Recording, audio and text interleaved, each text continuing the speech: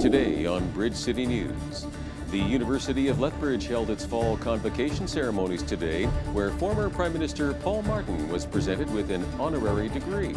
With only 2 days left until voting begins in our federal election, party leaders put the pedal to the metal with cross-country campaign stops, and climate activist Greta Thunberg rallied the troops at the Alberta legislature, but the Indian Resource Council argues it is a misrepresentation of Indigenous rights. Your nation,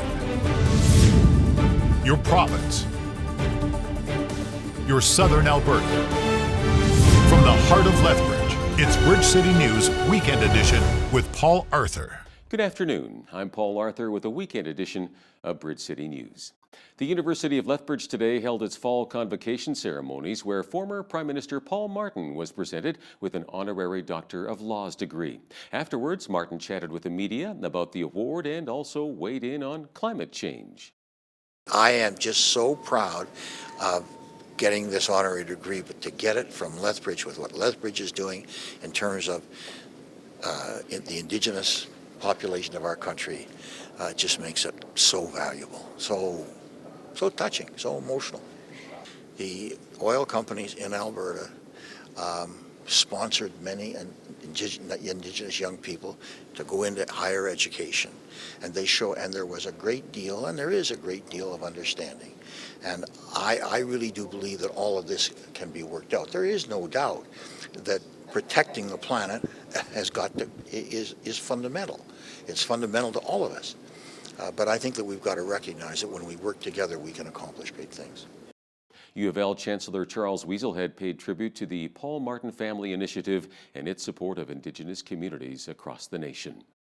Coulee Climbing in Lethbridge was a busy place as it hosted the Alberta Climbing Associational Regional Climbing Competition today.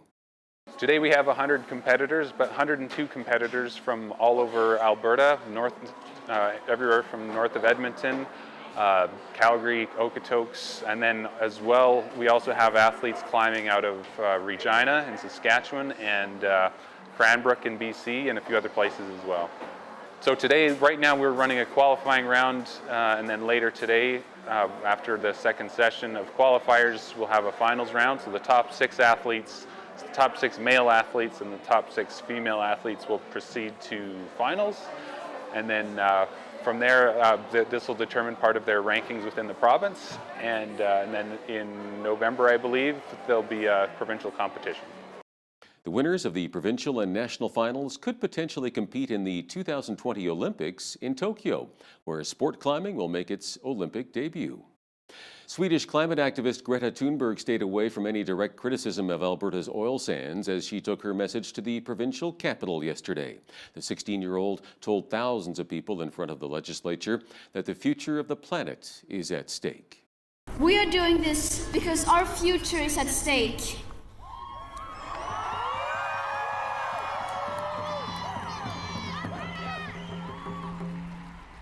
We are doing this because in this crisis we will not be bystanders. And we are doing it because we want the people in power to unite behind the science. When the youth are talking about climate action, they're speaking out of concern for their future. So it's sad to see people really turning that against a movement.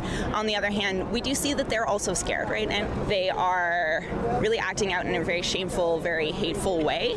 But their concerns are also valid. We advocate for a Green New Deal that has no one left behind. We want there to be a just transition away from fossil fuels. We're not leaving workers behind, we're not leaving people of color behind, we're not leaving Indigenous folks behind, and they are all the people that are at the most risk when we're facing huge societal and environmental changes. I was really enraged to hear that there was going to be a counter-protest, grown adults protesting against a 16-year-old. That is really messed up, and I'm just here to show support because we're all in this together. We all have to take care of the earth. The Indian Resource Council, an organization representing over 100 oil and gas producing First Nations, responded to the rally, saying it is a misrepresentation of Indigenous rights, stating that Indigenous rights include the right to economic development, self-determination, and a livelihood. Alberta's transportation minister says there will now be a 2-year probationary period for thousands of truck and bus drivers who passed their exams before new training rules took effect. Rick McIver says the government made the decision after conferring with families affected by the Humboldt Broncos bus crash. Saskatchewan, Alberta, and Manitoba implemented mandatory training for truck and bus drivers after the collision, but Alberta's UCP government had granted exemptions for some truckers. About 3,500 Manitoba Hydro customers are still without power for more than a week after a massive snowstorm downed 800 kilometers of power lines. Nearly 900 staff from across the province are working around the clock to restore power. Several Winnipeg parks are being closed over safety concerns. The city says roughly 30,000 of Winnipeg's 300,000 trees were damaged in that storm. The federal election campaign is into its final hours with only 2 days left before Canadians go to the polls. Liberal leader Justin Trudeau kicked things off with stops in Ontario this morning, defending his record on Indigenous issues. We agree with the tribunal's decision that kids deserve compensation for the mistreatment they went through in child and family services. We absolutely agree, and we will be moving forward to compensate them. But more than just looking back, we've been focused on reforming child and family services to make sure that kids in care get to stay in Indigenous communities, in their language, get the support they need so they don't lose their culture and identity, which is so important to them. That's at the core of how we move forward as a country in partnership with Indigenous peoples. That's what we're going to continue doing, and that's one of the things that's at stake in the choice that Canadians are making on Monday. Conservative leader Andrew Scheer is focusing on Toronto and the surrounding area, where he warned the audience about the dangers of a Liberal NDP coalition. Scheer refused to answer questions about whether his party hired an outside firm to dig up dirt on Maxime Bernier. A Trudeau-led government with the NDP calling the shots would be the worst possible outcome for Canadians. It would be a costly coalition that Canadians cannot afford. And to see what Canada might look like under a Trudeau NDP coalition, we need only to look at the last time we had a Trudeau NDP coalition.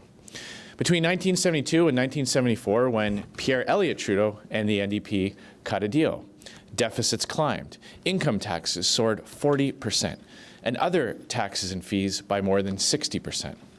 By the end of the 1970s, the Trudeau NDP coalition, Canada's economy was spiraling down and debt and deficits were out of control. Canadians cannot afford another Trudeau NDP coalition. As a rule, we don't make comments on contracts that may or may not exist or vendors that we may or may not have. New Democrat Jagmeet Singh is in BC, where he is touting his policies on housing. The Greens' Elizabeth May is spending her day in and around Vancouver, boosting local candidates.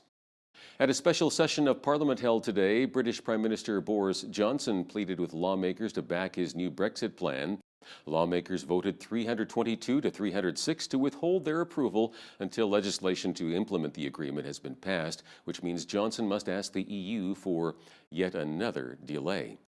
Recapping one of our top news stories, the University of Lethbridge held its fall convocation ceremonies today, where former Prime Minister Paul Martin was presented with an honorary degree. And a reminder that Bridge City News will be live with our election coverage on Monday beginning at 7 p.m. Mountain Time. Viewers can also live stream Your Vote 2019 on our Facebook page, Miracle Channel's website, and also on YouTube. And a look at weekend weather. Mainly cloudy tonight with a 30% chance of evening showers, a low of -2. For tomorrow, a mix of sun and cloud with a west wind gusting from 20 to 40 and a high of 9 degrees. Leading up to the federal election, we have been interviewing our local Lethbridge candidates. Hal Roberts spoke with Conservative candidate Rachel Harder. That is straight ahead. But first, here's a look at what's happening in and around your community. Here's your Bridge City News community calendar. Do you enjoy helping others in our community? Volunteers are needed in Lethbridge and Medicine Hat to support adults participating in local AHS recreation and leisure programs. AHS is looking for those who will provide guidance and encouragement to people taking part in aquatics, walking to wellness, and expressive arts. To learn more about this opportunity, call 403-388-6311 or apply online at albertahealthservices.ca. Men, young and old alike, are invited to come join the Lethbridge Christian Men's Choir. Practices are held every Thursday from 7:30 to 9 p.m. at Trinity Reformed Church. The choir practices are in preparation for Christmas and spring concerts, as well as occasional performances at the hospital and seniors' homes. For more information, call 403-328-7985. And that's your Bridge City News Community Calendar.